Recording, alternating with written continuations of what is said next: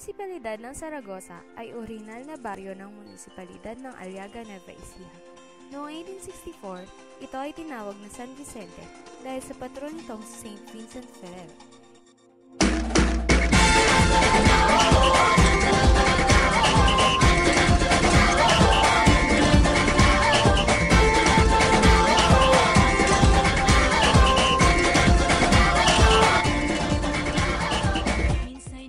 Ang munisipalidad ng Zaragoza ay nasa hilagang kanlurang bahagi ng Nueva Ecija. Ito ay 140 kilometrong layo sa lungsod ng Maynila. Ito ay nasa hilaga ng Likab, hilagang silangan ng Aliaga, timog ng Santa Rosa at timog silangan ng Jaén. Ang bayan ay isang alternatibong daan para sa mga sasakyan na mula sa Nueva Ecija papunta sa Ilocos Region. Piliin mo rin ang Pilipinas, kapulo ang kwintas ng perlas. Piliin mo, yakapin mo, kayamanan niyang likas. Piliin mo ang Pilipinas.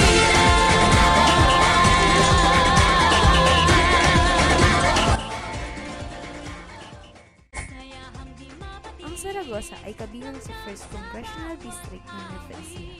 Ito ay binubuo ng 19 na barangay kabilang ang Batitang Carmen, Concepcion, Del Pilar, General Luna, H. Romero, Macarcel, Manaoon, Mayamot, Bantoc, San Vicente, San Isidro, San Rafael, Santa Cruz, Santa Lucia Old, Santa Lucia Yang, Santa Rosario Old, Santa Rosario Yang at Valeriano. Dito kami ngayon sa Zaragoza, Nueva Ecija.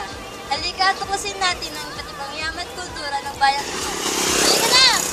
Tara!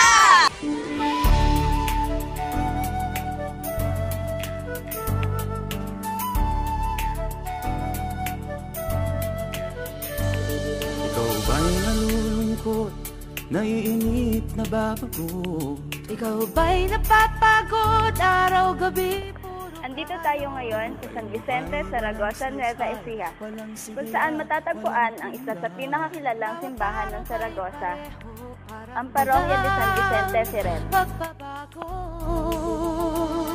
Tara na, biyahe tayo, kasama ang pamilya, barkada at buong grupo, para mag-enjoy ng todo. Halika, biyahe tayo, nang ating makita ang ganda ng Pilipinas, ang galing ng Pilipino.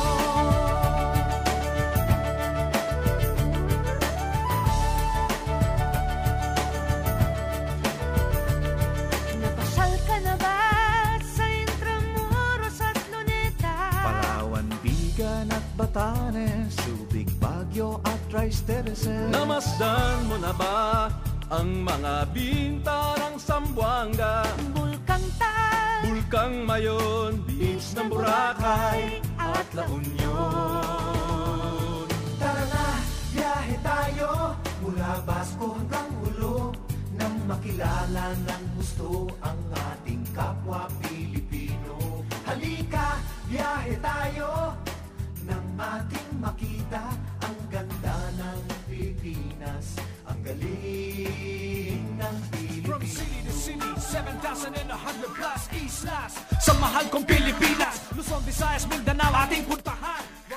Zaragoza is predominantly Catholic at present. It was only in 1929 when Zaragoza was created a parish, making it independent from Nuestra Señora de las Saliceras Parish, Aliaga, Nueva Ecija.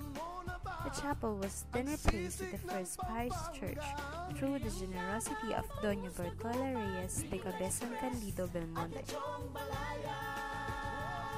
Reverend Father Francisco Teodoro took possession of the parish in 1933. He was the first to take residence in Zaragoza. Since there was not yet a rectory, Father Teodoro temporarily stayed in the estrella of Capitan Serrano's house. He engaged himself in the teaching of catechism, and his apostolic seal was rewarded by the many baptisms he administered, thereby adding more sheep into the Catholic fold. It is also told that through Father Teodoro's own resources, the first parish rectory was built. Reverend Father Jose P. Lacson was the parish priest from 1956 to 1962. Winning more souls for Christ, the original church building became relatively small to accommodate the parishioners.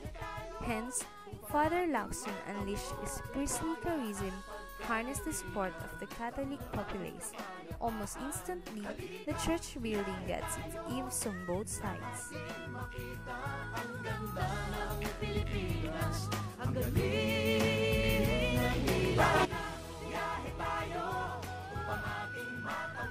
It was also Father Lacson who commissioned in 1961 the famous sculptor of the time, Maximo Vicente, to make the 5-foot crucified Christ, which until now captivates the attention and enhances the fervor of the praying community.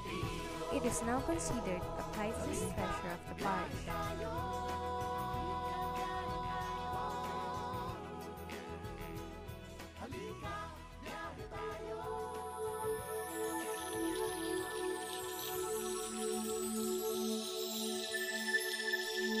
Tara na kanta na Pilipinas, ipakita na ang galing ng Pilipino.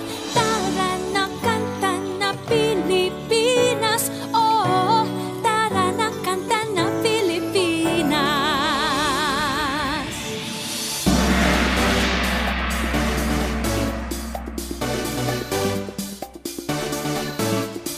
Tara na Pilipinas, kanta na Pilipinas. Nandito naman po tayo ngayon sa palengke ng bayan ng Zaragoza.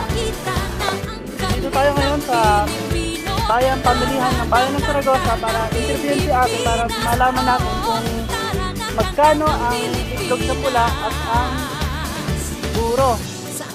Tatanungin natin ang bentahan kay ate kung ano ang lagay. Ate, kumusta po ang bentahan po ng itlog na pula? Ang itlog na pula po ay mabilis ibenta kasi po ay masarap. Gawa ng Concepcion di Zaragoza. Ito na pong isa, ito pong buro. Kumusta naman po ang bentahan dito? Puro namin ay masarap. Gawa ng Panabingan, Zaragoza, Nueva Ecija. Salamat po.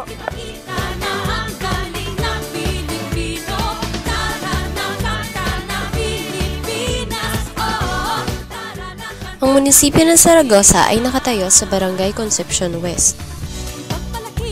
Luzon, Visayas, Mindanao, sadyang lahat ay iyong pinapahanga. Makikinig sa kwento ng iyong buhay at saksi ang buong bansa. Ang galing mo, kapatid, kailanman buong bansa ngayon ay kakanta. Tara na kanta na Pilipinas, ipakita na ang galing. Ang kasalukuyang mayor ng Zaragoza ay si Mayora Lovella Lali Belmonte Espiritu. Isa sa kanyang naiambag na proyekto ay ang pagpapatayo ng tulay sa Barangay Carmen upang makatulong sa mga nasasakupan nito.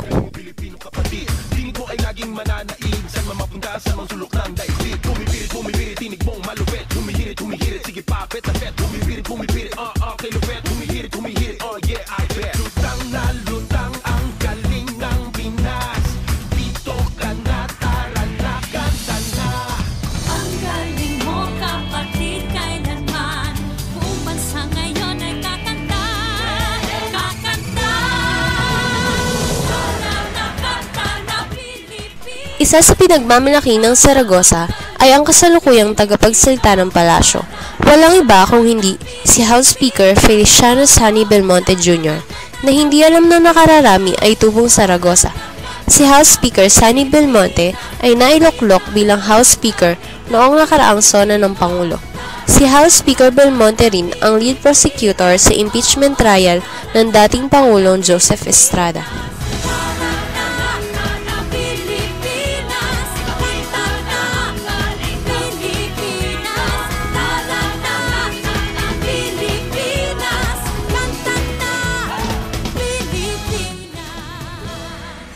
I can't wait another night to see you.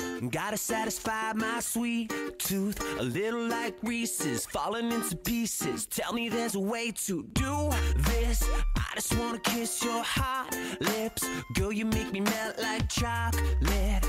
Jawbreaker, you got the kiss that I wanna savor. Oh, oh, oh, oh, lifesaver, you're my lifesaver. Oh, oh, oh, oh, you got the love with 1,000 flavors. Oh, oh, oh, oh, and I really want more. Oh, oh, oh, I know your love is such a sugar rush, and I can never get enough. I'm like,